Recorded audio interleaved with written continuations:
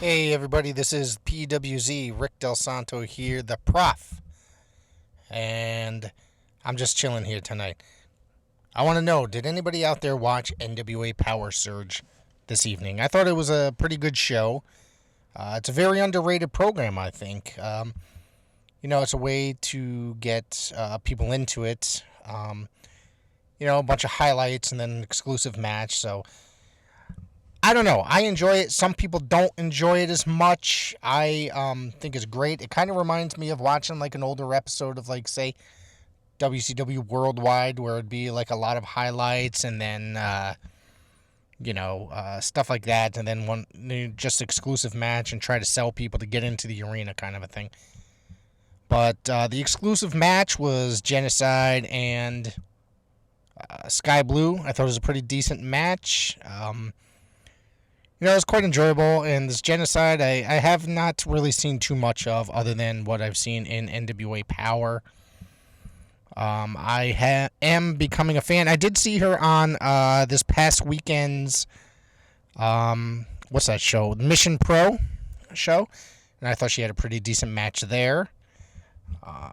Other than that, I'm not really too familiar, so I've pretty much only seen probably like 3 or so matches from what I could think of.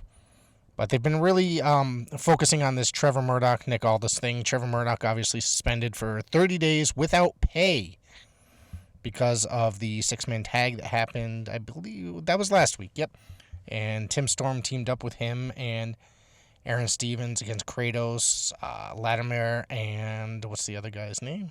Kratos, Latimer, and Chris Masters, or Adonis, whatever you want to call him. And obviously, Tim Storm took the fall, so of course now Trevor Murdoch is suspended for 30 days without pay. So I'm kind of wondering, is this going to make the situation between Strictly Business and Trevor Murdoch,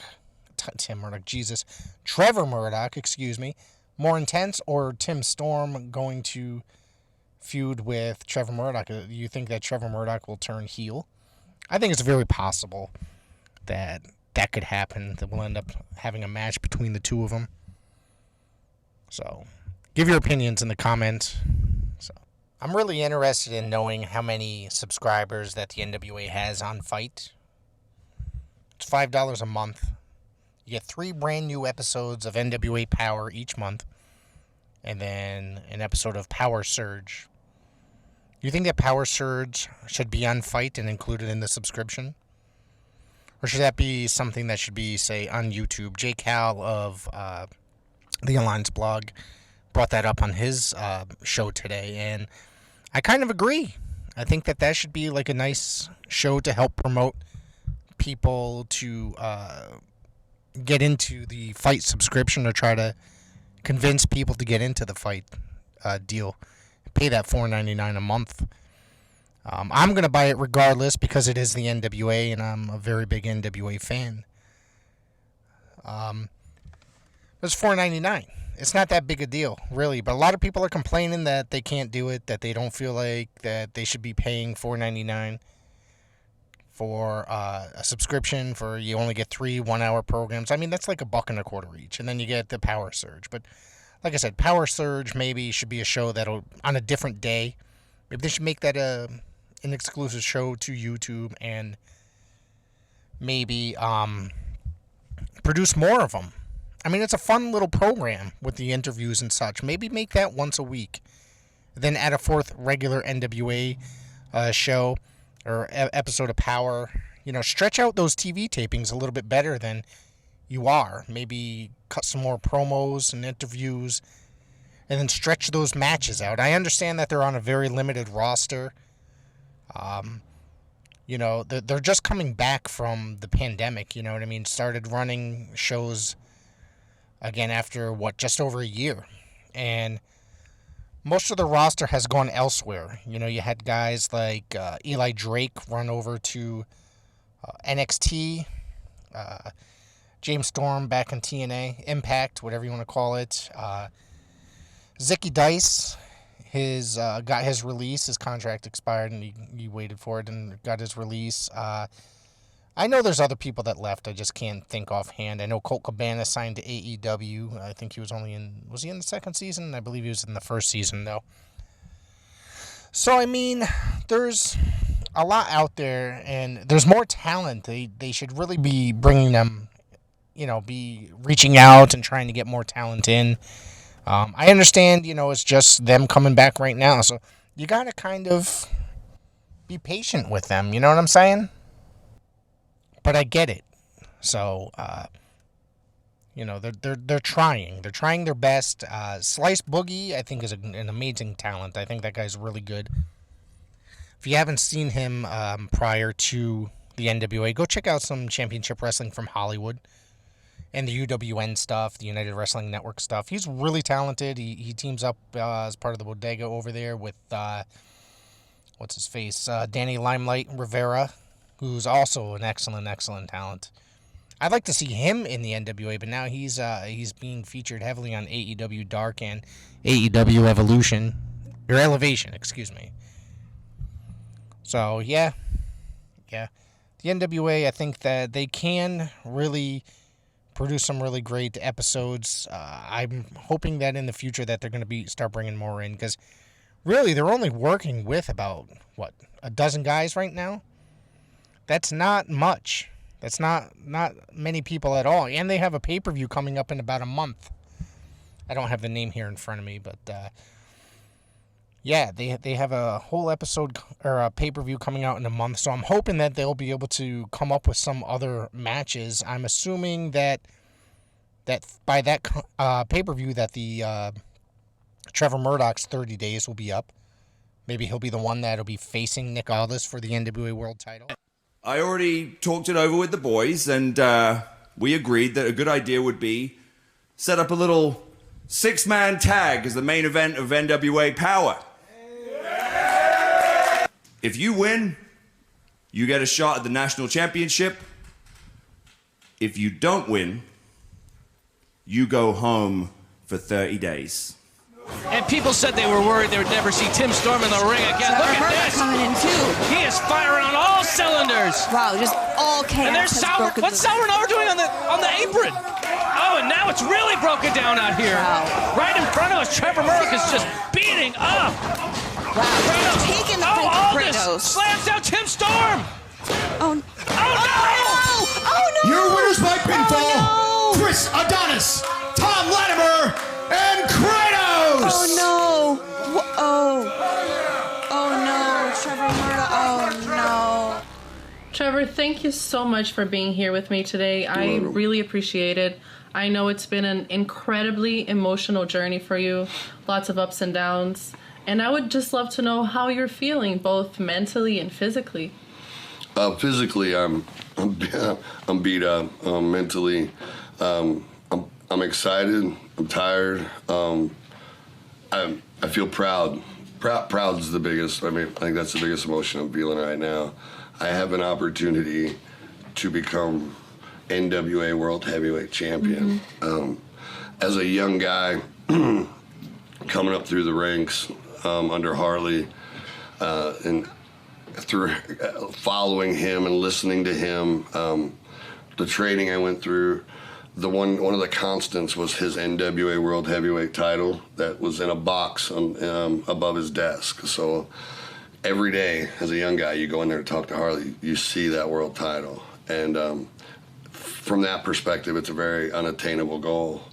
You work so hard for something, and you visualize it in your head, and you say, I can do this. But there's a small part of you that is realistic and doesn't want to get your hopes up. That's where I've been at my whole career. And even when I came here the first time in the NWA, I didn't expect much. I just wanted to make a splash. I wanted to stand out. And I've seemed to find myself constantly moving forward up in the ranks to now. I've been, as you've seen, I've been dealing with Nick Aldis, kind of putting some obstacles in my way. How does that feel? It's almost par for the course. Like that's how my life works. Like there is no easy path for me. There's never been an easy path for me. I had a close friend of mine when I was a young guy that says if you just realize life is hard and accept it, it becomes easier. And that's how I've become. And you're a very hardworking man. At the very least, at the end of the day, I have to look in the mirror and I have to look at myself and I have to answer to myself. And on top of that, I also have 2 young men at home that I'm raising that are watching this program, and I have to be the example for them on how to be a man and how to carry yourself and how to have respect, how to treat ladies. They're watching all this. And I want to make sure that I give them the best representation possible and the best example possible. Well, you said you don't like to set any expectations. Is that because you're afraid of being disappointed? Wow, you get a little deep there on that question. Of course, you know what I mean? Nobody wants to put in the hard work and sacrifice everything. There were nights that have you sacrificed everything? Of course, like there's been nights I've slept in my car. There's been nights that I've decided that I've had to choose between paying my rent or paying in gas so I can get to my next wrestling show. And it always went to my wrestling because at the end of the day, I didn't want to have any regrets. I didn't want to be an old man and look back and go, I should have or I could have done this. At the very least, I want to know that I gave everything I had. I tried everything I could so I can be okay with myself. Being in professional wrestling, it's a sacrifice. Would you say that's true? Generally? Or more for you? No, I think every wrestler sacrifices things when you become a wrestler, because when you're on the road, you're missing away from time with your family, and you're missing time with your friends, and you're working towards a goal of becoming a world champion. Every wrestler wants to become a world champion. But as exciting as that is, it hurts too, right? Of course, because a lot of men don't make it. Mm-hmm. There's a handful of guys that have made it to the top in this business if you really look at it. And there's a lot more men that have tried to get there. That falls back on Harley and me following his example. He set the pace for me. He set the standard for me. And I'm just following his lead. Granted, he's not here anymore, I'm still following his path. I'm hearing some sadness in your voice. Would you say that you are sad right now? I'm not. I mean, I'm a grown-ass man here on TV. I wish Harley was here. Mm-hmm. You know, who doesn't want the guy or the person that's taking you to another level? Who doesn't want that person to be there for you to show to them, you know, I did this. I did this, and it was because of you. You helped me. That's the payoff. I feel like I don't have any payoff to give to him because he's not here. So it gets me emotional, and it means a lot to me to be able to not only do this for him, but to show the world that I can do this. And I want to bring this home to my kids, my people. I want to show them what I did. Maybe also the situation with J.R. Kratos and Aaron Stevens will be resolved by then. Kratos has been chilling with those guys over with Strictly Business, and Aaron Stevens has, ever since Josephus's passing, he's been working on the babyface side, and you know, and it's working. It's working a lot, man, and I think that he's really getting over the way he is. He's doing really well, I think. I'm really interested in seeing what's going to happen with that with that tag team and the tag team titles. So, should be interesting. I'm really looking forward to that. I'm looking forward to the pay-per-view. Haven't purchased it yet. Maybe I should get on that tonight because it's going to be a show really worth watching, I think. And I'm thinking that there's going to be more talent announced soon, and they're gonna bring in some other guys because it's like, you know, not for nothing. You watch WWE, and it's the same guys over and over every week. They don't really change it up, even though they got a really, really, really big roster.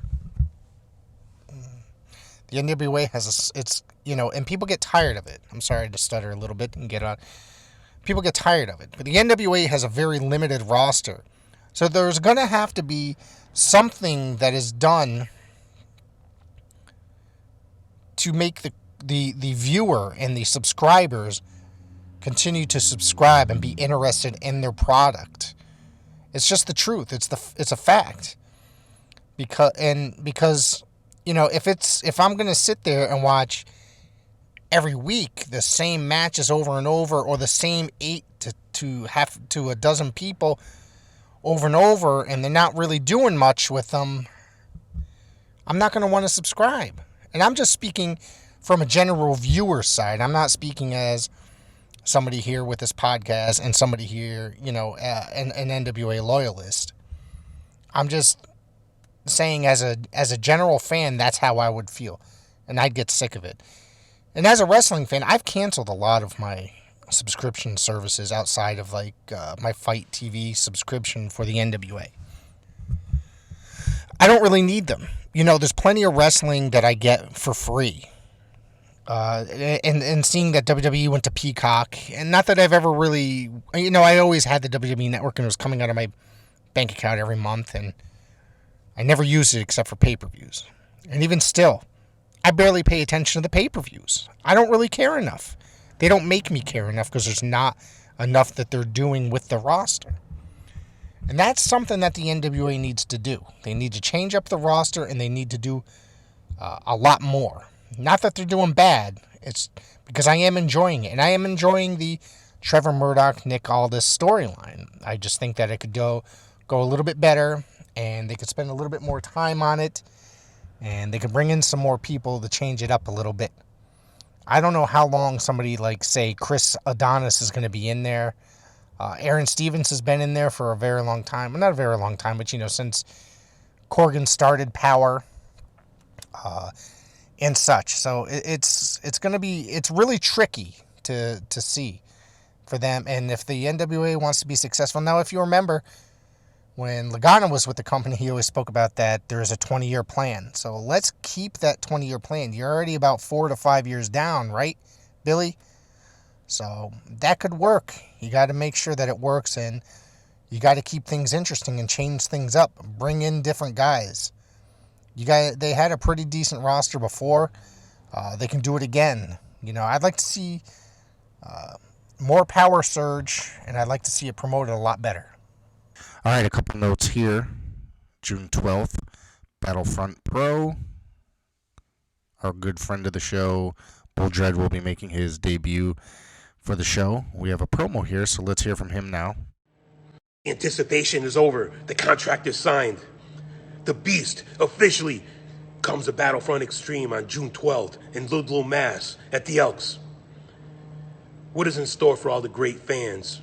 From the Hardcore Nightmare, the original Beast of New England, you're going to have to get all your tickets, and I'm going to show Battlefront Extreme the reason why Beast still rules. Also, I want to bring up this day in history. We're gonna be talking about the next PAPW show in just a second, but we're gonna be talking about today, May 5th, in history. May 5th, 2002, legendary referee Randy Pee Wee Anderson passed away after a lengthy battle with cancer. Anderson was a childhood friend of Arn Anderson. He started out training for a professional wrestling career with Arn under the tutelage of Ted Allen. Anderson started working as a referee upon his graduation in 1978 in Mid-South Wrestling. He also refereed in Florida Championship Wrestling before arriving in the National Wrestling Alliance's Jim Crockett Promotions in 1985. Anderson continued as a referee in WCW until his battle with cancer forced him to retire in 1999. A couple birthday shout-outs today. Cowboy Bill Watts, born May 5th, 1939. Japanese legend Hiroshi Hase, May 5th, 1961. And former NWA Women's United States Tag Team, World Tag Team, and WWF Women's Tag Team Champion, Princess Victoria. Now, she just appeared on a good friend of the show, Top Rope Report recently. I believe it was last week. You go back on Facebook Live and you can check it out in Anchor and Spotify. I want to give a shout out to the gentlemen at Top Rope Report. Those guys are really good over there, covering NXT, SmackDown, and Monday Night Raw, and all WWE pay-per-views.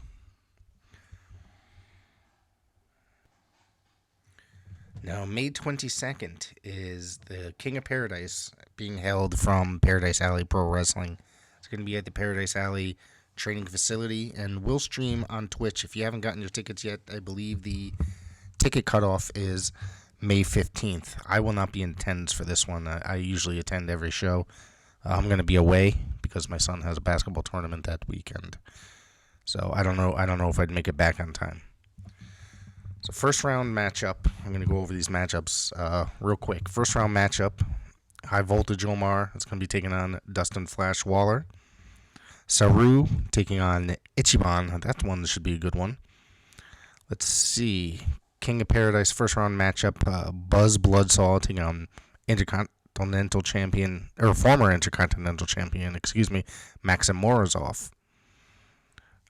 Let's see. We got another one here. First round matchup. Bull Dredd taking on Kylon King. Don't hurt him, Dredd. Seriously. That's going to be a different. All right, also, those are the only first-round matchups that we know so far. I don't think that there's going to be any more being announced. But a number one contenders match for the Tag Team Championship will be taking place. The Firm of Elijah Six and Sammy Diaz taking on the Haven and Waves and Curls. That should be a really good one. I'm not a huge fan of three-way matches, but those teams are really good. Also, PAPW World Champion Matthias will be taking on the Intercontinental Champion Zafar Al-Rahihi. That'll be a good one. That one I know for sure. And I believe that's it for now as far as matchups go. If you can't be there in attendance, tickets I think are $15. If you can't be there in attendance, please go to Paradise Alley's Twitch channel. I'm about to bring it up. And it'll be streamed on there live 7 p.m. And Facebook Live as well. They're a really good company to support, and it's a lot of fun. All right? Folks, thank you for tuning in this week. And have fun. We'll see you tomorrow.